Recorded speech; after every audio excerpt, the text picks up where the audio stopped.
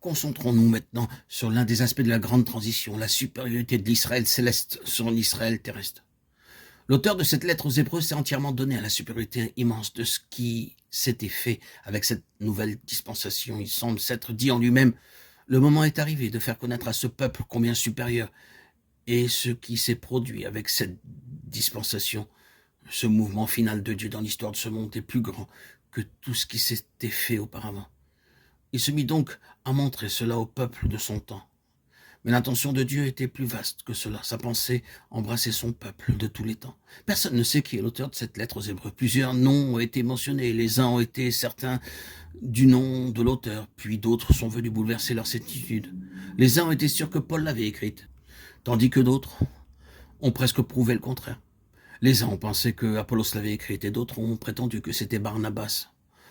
On nous a dit qu'Apollos était un homme très versé dans les Écritures, Acte 18, 24. Et il fallait certainement un tel homme pour écrire ce document. Barnabas était un lévite, et il connaissait tout le système lévitique de l'Ancien Testament. Il aurait donc été capable d'écrire ce livre. Quant à Paul, il était naturellement un maître parfait du judaïsme et du christianisme. Et il était nécessaire d'être un homme semblable à lui pour écrire ce livre. Si Étienne n'avait pas été martyrisé, j'aurais pensé à lui, car je trouve que dans son dernier discours, nous avons toute la substance de la lettre aux Hébreux.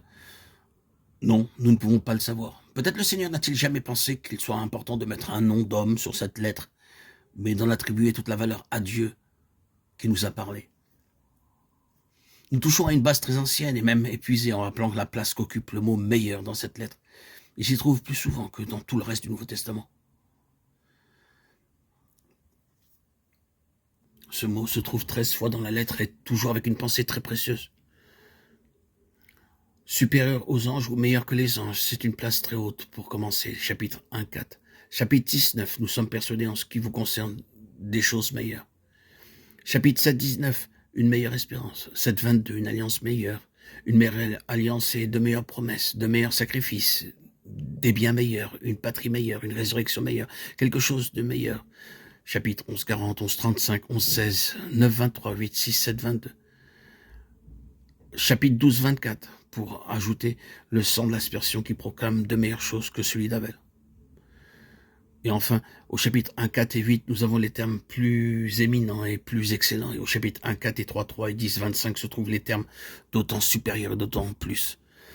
Ce mot est donc une clé pour la lettre aux Hébreux. Tout ce que nous avons ici est meilleur que ce qui avait existé auparavant. Et nous pouvons revenir à la phrase qui est notre clé pour ce message. Frères saints, compagnons d'une vocation céleste, appelés à quelque chose d'infiniment meilleur que tout ce qui avait précédé dans l'histoire de ce monde.